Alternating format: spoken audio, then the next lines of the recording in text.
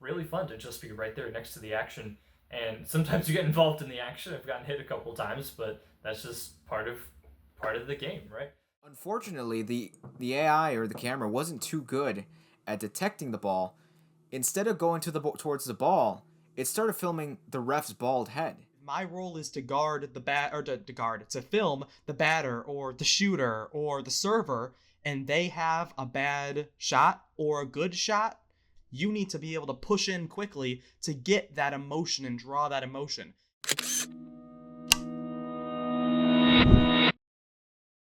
Ready to take two. Hello and welcome back to the Broadcast Podcast, the podcast where we dive into the world of sports broadcast production. Episode 2, and we'll be discussing one of the most important roles in broadcasting, the intricacies of being behind the camera and the role it plays in the storytelling of your favorite sports. Providing some insight are Caden Sexton and Joshua Messenger. I'm Rodrigo Perez, and before we get started, this role of camera operating is honestly the first one that we all started in, so it's the one we know the most about. So that's the one we really wanted to start off with. So without further ado, let's just jump into it. Let's talk a little bit about the history. Do you guys know when the first televised broadcast happened? Research. It was 1939. College baseball game, Princeton, Columbia. Exactly. Princeton, Columbia, that was the first one. It was a college sport, which is great because we have a lot of experience in that college sports realm. But yeah, broadcasting started as radio, and which is really interesting because it's still going strong, radio. You see a lot of minor league teams, a lot of Major League Baseball teams. They still have their radio people go into every game, doing everything, and it's just great to see, honestly. Of a college sport, you still see a large number of radio shows to complement or to contradict that televised event. Yeah, it's something you really see in the minor league base as well. But enough radio. We're here to talk about broadcasting and more specifically television, cameras, that sort of thing. So, first broadcast was actually just one camera on a 12-foot platform on the third base side. It was a baseball game, of course, so it was on the third base side. And the ball was barely visible. We might pull up some pictures on there. I think we have one photo that I was able to find. I'll see if I can find any more, but yeah, you could barely see the ball, and it was a $3,000 experiment when it first started. I heard that they only had 400 people who could actually watch the show. That's what I read, because the airwaves were, the technology wasn't advanced enough to transmit further than that. Yeah, and I'm guessing not that many people had television sets at that point. Back in 39, exactly, yeah. And of course, once the 1980s and 90s started rolling around, that's when we got a lot of the more lightweight cameras for more dynamic and close-up shots, which really helped a lot of those sports that are a little closer and the ones that are also a little farther away. Your soccer, which is a lot farther away, you need cameras that are really able to zoom in, but also for your basketball as well, where you can have those smaller cameras right underneath the rim. And with that, I think the skill of camera operating has just developed so much because as technology advances and you have the ability to zoom in that far, like that just makes the skills that you need that much difficult to achieve. Like you ever seen those basketball shots where they like follow up a 3-point arc and they start kind of head to foot and then they zoom into where the frame is just on the ball itself and they pull out for the basket? That's crazy, and that's the kind of growth that everyone had to adapt to over the years.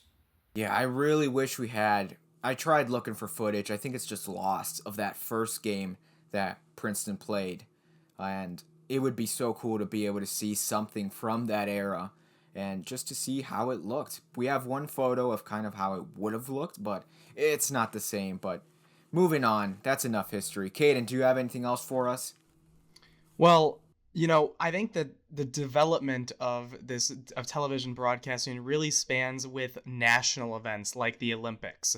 And, originally you couldn't even get it worldwide. Back in the 30s, they were able to get some black and white television streams of Olympic Games. However, it didn't leave the host country. And so when you're talking about the Olympics, you really know that the people from that country and maybe families from around the world are going to come and see the games. Same with the World Cup, all these national events. However, the television broadcast we know today really allows us to, from anywhere on our couches and anywhere in the world be able to connect and view these streams. But it took until the Munich Games, and I'm pretty sure it was 72, before ABC actually went out to Munich and actually covered games for a global audience. And it's just because in 1936 you saw that black and white game in Berlin, only in Germany were you able to see it. Yeah, I'm really glad you brought that up, Caden, because it really shows you the impact that technology has helped everyone around the world to be able to see these great games, the Olympic events, especially World Cups, because that involves the whole world. And for you to be able to see it from 200,000 miles away is just an incredible feeling, and it makes you happy that we live in this time where we're able to have that. We're spoiled. Obviously, broadcasts are all about storytelling. You want to make sure you're getting all the angles. You want to make sure you're capturing the emotion and the differences between both. And we're going to touch a little bit on both of those, but the cameras, they're kind of like the audience's eyes. Without them, people can't see from the comfort of their home. They can't see what's going on the field. But let's just start off all the angles. Josh, can you run us through a little bit of those angles? All starts with kind of the primary camera, usually labeled camera 1 in the majority of sports, and that's kind of the most boring job. It's also potentially the easiest job, but it's the most important job, and everyone who starts in the industry winds up being camera 1 fairly early on, and they appreciate, even though it's simple, they appreciate how valuable it is to the broadcast. And then as you develop, you can find ways to mix that in and mix kind of some small extra movements into your camera 1 skills to develop those and make it a little bit clearer. And then the rest are all just kind of supporting shots. Usually I have a second camera that's up near camera 1 for most sports. That's a little bit of a tighter follow, but beyond that, it's just dependent on the sport, whichever angles look best to kind of supplement the primary view that everyone watches it from. Yeah, that first camera, Cam 1, is, like you said, Josh, it's the one that everybody starts off with. It's the simplest one, but it's also hard. We talked a little bit about that in the that first introductory episode, about how you can get caught in, how simple it is, and, lose your spot, lose the ball, and all of a sudden, you don't have that angle, and, you have to rely on someone else having that angle. So it's very simple, but also very important. It might be an unpopular opinion, but I kind of like doing Cam 1 those first couple of days because it's the one that's on all the time. And as a camera operator, you just want to be on as much as possible. You want the director to use your shots. You want the replay operator to use your replay. So you just want to be on as much as possible. It'd almost be a game, a competition with the other cam ops. Yeah, and I think even when you look at the difference between, as Josh said, it's different for every sport, but you have that Cam 1 and Cam 2, which are basically the high middle of the arena or middle of the stadium, where you can have that Cam 2 close follow, but then you try and get the rest of your cameras away and in different spots so that you're getting different angles, because if you just have all the cameras lined up, you're going to get the front or the back or the side of every player. But if you're able to, in a football stadium, put an end zone cam, or in a basketball court, put one in the corner, you're able to get the different feel and draw different emotions out of those different little shots and sides and angles and whatnot. That's true. One of my favorite camera angles for different sports is one that mimics the audience's point of view for those that are actually in attendance at the game, just because then you really get a sense, especially if they have some good audio mixing layered in, you really get a sense of the game as a whole and just a really good sensation of being there in the seats. I'm glad you brought that up, Josh, because I saw this. I don't know if any other sport does it, but I saw it in the Mexican Liga MX, the Mexican Soccer League. They put almost like a GoPro type camera on, like, I'm sure it wasn't a fan, but it looked like it was literally on a fan, and it was like all the way back. So you would get this really interesting shot. It literally did feel like you were on right there in the middle of the crowd, which I thought was really cool. It was a little jarring at first, but after seeing a couple of times, you really start getting used to it. Well, I think one of my favorite cameras that they don't use in every baseball game, but you see it more and more nowadays, is the umpire cam. When they put that GoPro, like you said, on the mask, or the chest protector of the umpire, and you see the pitch coming right at you in real time as if you were a baseball player, or as if you were the hitter or the catcher. And it's really jarring, and it's really different than another camera angle, because when you see it from out in center field, or when you see the pitch come in from as a fan's perspective, you have different views than when you're getting that GoPro live shot from right there in person. There's another example that's very similar to that recently. I'm a big motorsports guy, and they have consistently been trying to mimic getting camera shots from within like cars, race cars, for decades now. And it started as like these big chunky cameras that were just next to them in the driver's seat. But they've evolved so much, and the technology has advanced, that NASCAR a couple years ago pioneered a very small camera that they stuck right next to the eyes of one of the drivers, like inside the helmet, and you were able to see exactly what the driver was seeing, approximately like a centimeter off of what they were actually doing. And then that spread to IndyCar, and I believe Formula One still uses it currently. But that camera angle is just another example of getting people in the action and showing them like very tangibly what a driver sees throughout a race. So I love those kinds of shots as well, where you can get them right in the action and really help the audience see a sport in a different way. Yeah, and they have a couple cameras on those cars, right, Josh? I'm not much into NASCAR and motorsports, but I know you are. They got a couple cameras in those cars, right? Sure, they got some on the roof as well. Usually, it doesn't matter what motorsports series it is, usually they have one on the roof. If it's like a stock car, like NASCAR will usually have one on the rear bumper as well. I've seen a couple on like the splitters, like right the very front part of the car that's like right on the ground. So you just see the ground scooting by at 200 miles an hour or whatever it is. So a lot of very cool shots that they've worked in over the years. Yeah, and all those shots, like you can be there at the game. You're feeling different emotions while you're there at the race, but from the broadcast, you get a whole lot of different angles, stuff that you wouldn't get on the broadcast if you were actually there, and being there, you get stuff that you wouldn't get from watching at home. So it's kind of a give and take, a different experience for both being there and being at home just watching.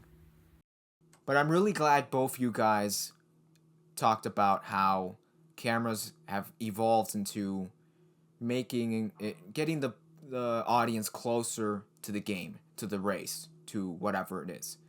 And it's very interesting because it plays a lot into capturing the emotion of the game. It really helps when you're so close to the action, or at least you feel like you're so close to the action. Basketball, those under the rim cams, the ones that are literally like 4 steps away from NBA stars. You really start feeling as a camera operator. We've done a lot of college games. Those guys are really tall, as well as football. Some of those guys, huge. So when you're just with your camera, just looking through it, you're like, man, these guys look a lot taller than they do on TV. That's one of my absolute favorite cameras to run. It doesn't really matter what sport. I've done volleyball, football, basketball, all sideline. It's really fun to just be right there next to the action. And sometimes you get involved in the action. I've gotten hit a couple times, but that's just part of the game, right? So I think that being able to be there and then also showcase that to the viewer is one of my favorite things to do. No, and when you have the emotional attachment yourself, like Josh said, when you're underneath that basket, or even yesterday when I was doing, or 2 days ago when I was doing a softball camera, and the foul ball went and hit the fence right in front of where my tripod was. When you have the emotional ties of getting run into, foul balls going right at your face, you feel more connected, and the more connected you feel, the better and more into the game you are, and able to bring and tie the audience in yourself by showing a replay of, oh hey, this ball just nearly hit the screen you're watching from. Oh hey, this guy just got absolutely leveled from a player out on the court. And it really does remind you that they're a part of the experience as well, thanks to your camera shot. Yeah, and Caden, I'm gonna keep picking on you, but you mentioned that softball game you were at. How do you capture the emotion? What does that mean to you, and how do you capture it? Well, I think that really comes from getting hero shots. There's also the non-hero shots, and that's how you really get the emotion. And again, to break it down very quickly, if you're in a sport like softball, or baseball, you have an assignment. You're not just getting the ball or whatever you want. You're designated for a specific role. And so whatever role that might be, you need to know in the game of, again, in the game of baseball or the game of football or the game of basketball, okay, if my role is to guard the bat, or to film the batter or the shooter or the server, and they have a bad shot or a good shot, you need to be able to push in quickly to get that emotion and draw that emotion.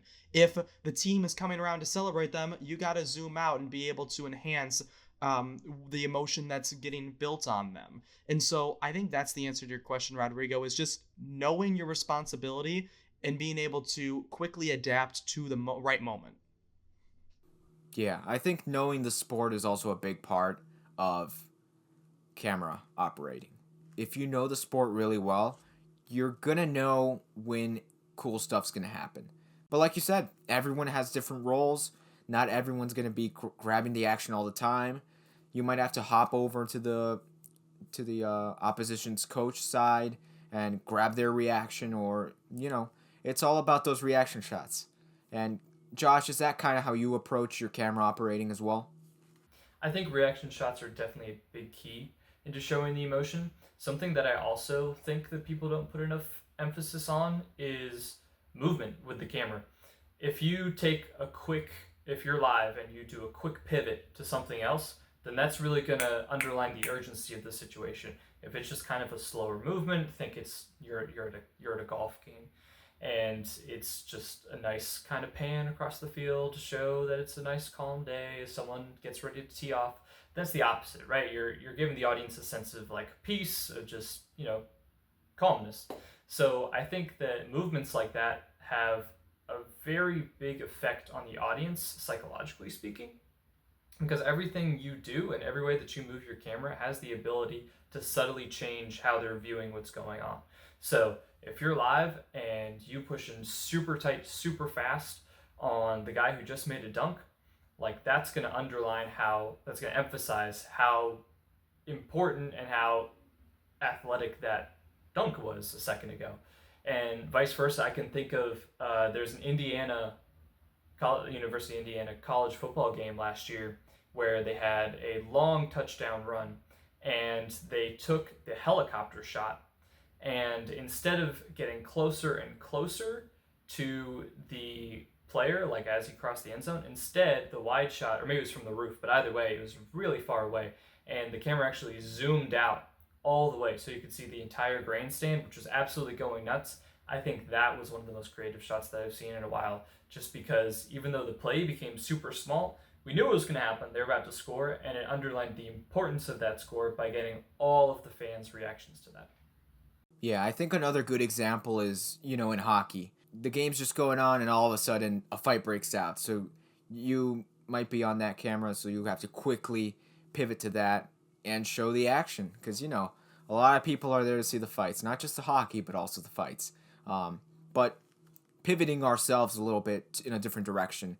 On camera, on site to off site shows. They're very different. We've all been involved in all of them, but let's just talk a little bit about some of the differences between an off-site show, an on-site show, and similarities as well to both of them. Let's start off with you, Caden. What do you got to say? Yeah, so I'll start with a couple of differences. Before I break it down, there is really 3 levels to it. Obviously, every camera operator, 9 cameras out of 10, you can have just the beauty cam and the still cameras that can kind of get adjusted a little bit, but your camera operators are almost always on site. You can't really do a show with remote operating cameras. We'll touch on that a little bit later, but that's really not advanced to the level yet. So then you have shows that have broadcasters on-site versus off-site, and then you have shows where the production crew is on-site versus off-site. And when you have an on-site show, everybody's there. You can chat with somebody pre-game. You can run it down and whatnot. There's different elements to an on-site show. But if you're off-site, you only have 2 things to rely yourself on. Those other camera views that you're seeing and your rare ability, because you can't be just you can't have constant communication with them because they're having to do their job and you're having to do your job. But that rare ability to be able to hit the talk back button and speak with the camera operators, and even if you get that opportunity to speak with them, Rodrigo, they don't always respond and do what's asked, and that can complicate things even more for an off-site show. Yeah, communication's definitely a big factor between those two because, you know, when you're off site, it's a lot different to communicate with them because you could be in the same state, you could be a states away. We've worked a lot of different shows. Josh, you've worked rugby, Major League Rugby, right? With the Chicago Hounds. Yeah, that's what they're called. And those, we have some production people on site, but some of them are off site. So the communication between that, it changes a lot. Yeah, the dynamic is kind of, instead of the commentators dictating what the cameras are going to show, it's kind of the opposite, where the cameras are going to dictate what the commentators are talking about. Just because they don't have the ability, like you said, Caden, to see what's going on and to pick out kind of little nuances that would be right in front of you if you were on site. So whenever there's like a new camera operator, especially for, we do a lot of Bradley University games, if there's a new camera operator that I'm training, I tell them, if you see anything interesting at all and you're not urgently filming something, go get it. Go get in tight, give the commentators something to talk about, and maybe your shot doesn't make it live, but it at least gives the director, it gives the commentators an opportunity to kind of develop the storyline of the game. So that's something that in remote broadcasts is really important, that camera operators just function as kind of windows for the studio into the game itself, and they dictate what gets talked about. And Josh, you're absolutely right. As a broadcaster, if you're off site, you only know what's happening based on what the camera operators are filming. And there's been countless times where there's an umpires meeting or a mound meeting, and I got 4 looks of the exact same thing. And so, really, the story can. What am I going to? What is a broadcaster going to talk about if 4 cameras are showing the exact same thing and they're off site? They're on site, they can look out and see the dogs that are walking in right field, or they can see the popcorn that was just purchased by the woman in row 3. But if they're off-site, those camera operators dictate what the story is because they're the ones telling it. Another good thing to talk about is the camera operator, as Josh mentioned, they have to be alert enough to go and pick up those extra variables when they're the only set of eyes because they're on site and others are not. I know, especially in a game of baseball, or in softball, if there's somebody in the bullpen, you don't know that they're in the bullpen until the camera pans its way over eventually. And so having different elements like that, where you, as Josh said, might need to find the unique thing at the hockey game that the cameras or the broadcaster can't see because the cameras aren't on it, and find a way to get it on screen, because that's the only chance that the broadcasters, that the production might have at knowing about it and working it into the story. Well, you guys know I'm the king of finding unique things at games. If it either it's a blessing and a curse. But, you know, I'm always trying to get something interesting. Birds are a big one. Right, guys? Oh, 100%. There's no bigger thing if you ask one of our directors that we work with frequently. Exactly. And mentioning that director, normally when we're doing, when we used to do, well, you guys still do it, but I don't do it anymore, but, well, I do it sometimes. With Bradley, college sports, usually our directors, our replay operators, they're in a studio roughly 10-15 miles away. So we're on site. So at that point, it's really about director kind of, we have to give the director as much as we can because he's not there. He can't see, like Caden mentioned, the bullpen. He can't see the bullpen. So we always got to be alert and kind of make sure that someone is grabbing that other stuff so that the director can see and better show the story of the game. I think about soccer a lot. We do a lot of soccer games, and there's so many times where there's like a foul that's off the ball that the commentators just don't see because they're focused on the one shot with the ball in frame, and usually this contact is happening like far enough off the ball that it just doesn't get caught.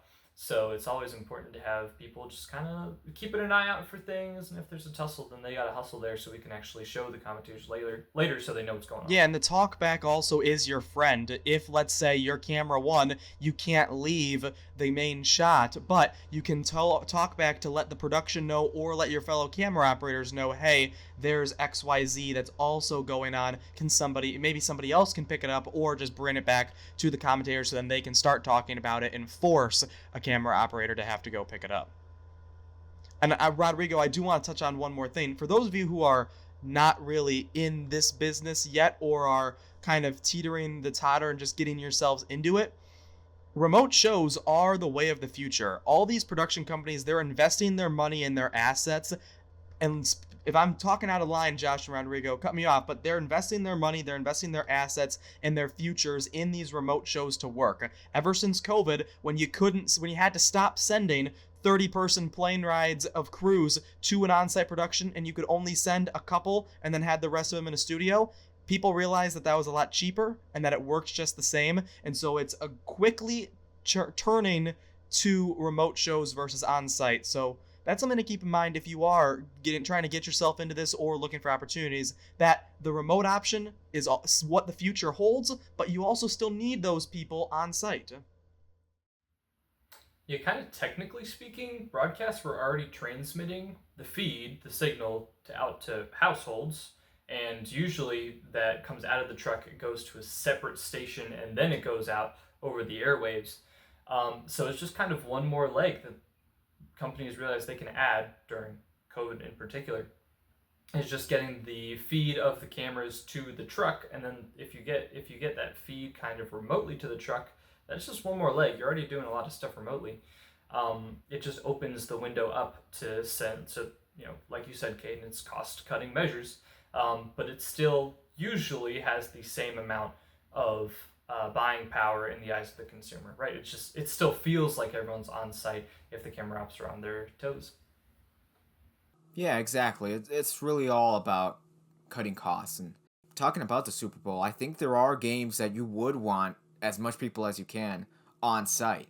Not just for, the grandness of the event, but also in case there's a problem, it's a lot easier to fix it when you're there than when you're, 20, 50, 100 miles away.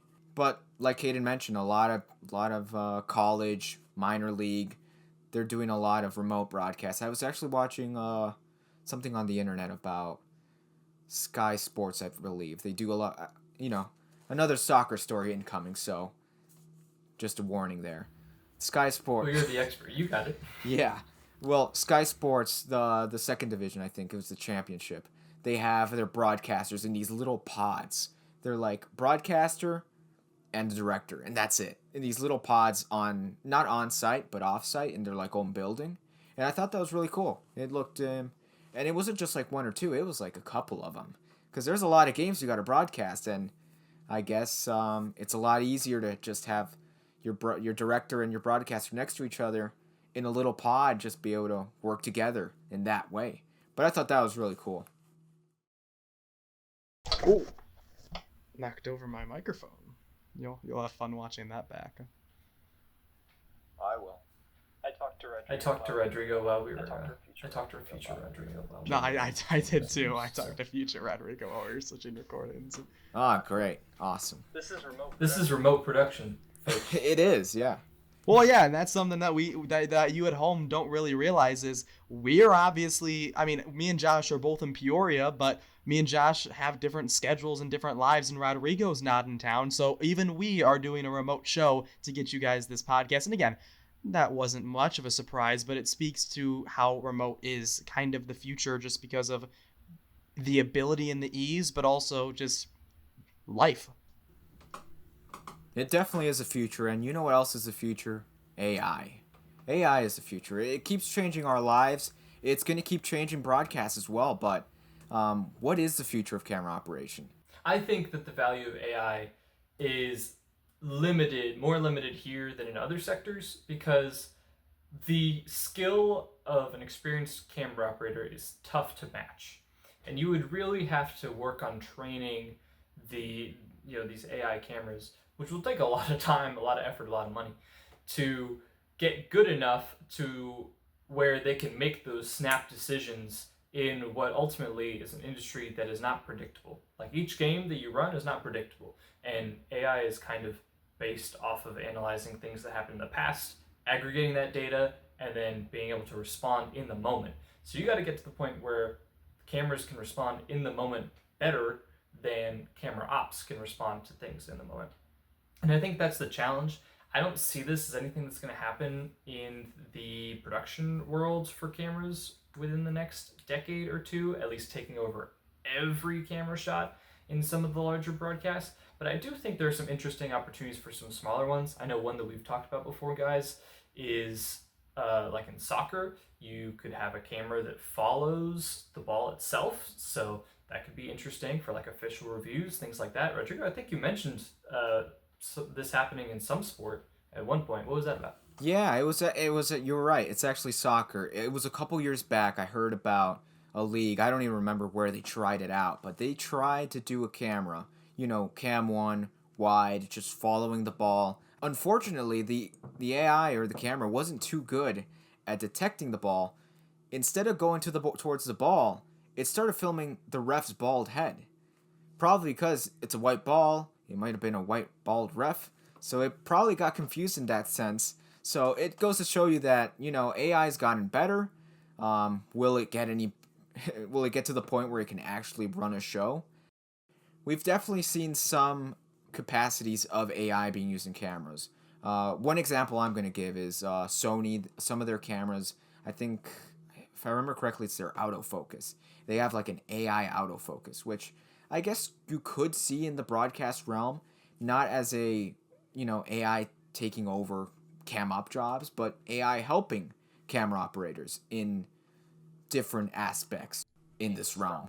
Yeah, I think you just hit the nail on the head with your closing argument there. For the next 2 decades, as Josh said, AI is not going to be at the level that it can take over what a human is going to be able to do with a camera. However, I think where it's really going to begin to thrive is in its assistance. We already have autofocus and whatnot on cameras, but those don't always do what they're meant to do. And so I feel like having AI built into the actual body of a camera where it can adjust the iris for you, edit the focus, and again, that'll also take a lot of time to develop and whatnot. But I really don't see, especially with how AI, how if you solely rely on AI cameras and it goes south, you don't have a plan B most of the time. Because why would you pay somebody to be the backup camera for an AI if the AI goes down, if you're just not, instead of just using them in the first place? So I really do believe that an AI camera is not going to be able to tell you the true show. We already talked so much in this podcast episode today about the uniqueness and the ability to tell unique and different stories. I don't see any AI going and finding the stuffed teddy bear that Kaboom is handing out in section 203 for a random example, and be able to say that should be on our broadcast because that's cool, interesting, and unique.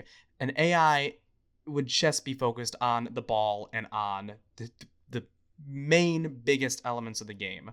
And so it really is can enhance a show in the next couple of years, but it surely can't take over a show because of the skill and the unique creative thinking that you need to have as a camera operator. It's that human connection, that human emotion, and that it's a creative, it's an art front. You can teach an AI to detect all these different plays and be able to make these fast, small adjustments and everything like that, but it won't be able to find those interesting things that make every broadcast what it is. That's especially in baseball. There's so much different things going on with the different promotions. If it's not players on the field running or a batter swinging, an AI camera might not pick it up because it will only be trained to take a look at that. So when there's no one on the field, when there's no players, it might just go wide, and that's it. You're gonna miss so much great moments for the broadcasters as well, especially like I mentioned in baseball. You love those special shots of whatever, birds, cool sign, that sort of thing that AI cameras won't be able to pick up because I don't think they would be able to know that that's cool. Because to them, that's not what they're there to film. They're only there to film the players and all the action, but they're not there to film the extra parts of what makes a broadcast what it is. You brought up a great point there, Rodrigo, but I'm going to tie something else that you said into our kind of closing points here is there's also that wrench in the system where you might have to be filming for two different parties. You might have to be filming for the broadcast, for the stream, what the viewers are going to see at home. You also might have to be filming for the in-house, what they're seeing on the Jumbotron. And sometimes they intertwine, sometimes they're completely separate, and sometimes it's handfuls of both. What do you guys what are some of your experiences with having to do an in-house camera that feeds to both the live stream and the in-house stream, or kind of is just separate? Kind of just talk about the in-house camera as well a little bit and what that role kind of has. Well, for Bradley Basketball, we do a lot of this where the same company is in charge of both the ESPN stream and then also the in-house stream. And we share a camera one. So during the game, it's the same shot for both. However, during those breaks and timeouts, commercials, things like that, the in-house feed, the camera one has the opportunity to go grab things, but has to be wary of the fact that they got to get back out for the reset of the actual ESPN broadcast. So that's an interesting little wrinkle, like you mentioned there, Caden. And I think that in-house is much more prone to, those little quirky things that we were talking about that happen in the moment, the promotions, the things like that. A lot more fan shots, a lot of people getting on, TV for the kiss cam or whatever. So I think that those things set in-house apart and are also why it makes that a little bit more challenging.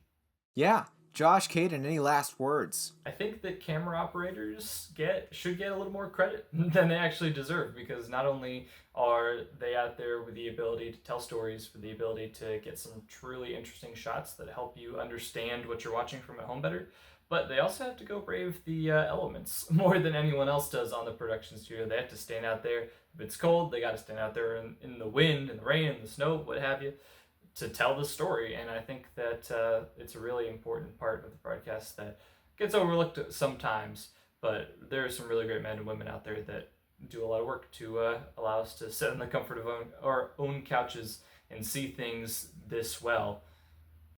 Yeah, that first fall game, that rainy fall game that you go and work, and you're not bundled up, you're not prepared, that's your wake-up call right there. The next game you're going to play, you're going to have a backpack with everything.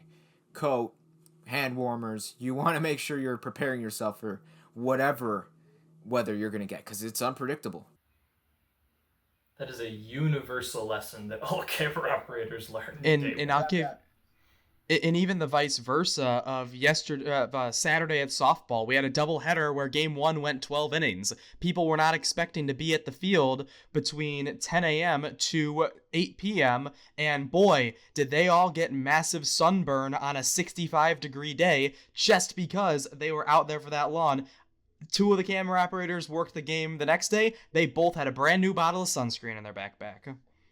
Those are the tough lessons you learn as a camera operator. Caden, anything left from you? No, I think we covered it as Josh said perfectly. It's the thankless job that has to bear through all the hardships, but without them, what kind of a show do you have? Couldn't have said it better myself. Well, guys, that wraps up episode 2 of the Broadcast Podcast, talking all about the intricacies of camera and the camera operators as well. Like they mentioned, it's such a thankless job, but it's such an important job. And we've all experienced it ourselves. We've all been camera operators, and I'm sure some of you watching have been camera operators as well. This is the ode to you guys. All right, that wraps it up. Thanks for watching. Make sure to subscribe, and we'll see you all next time.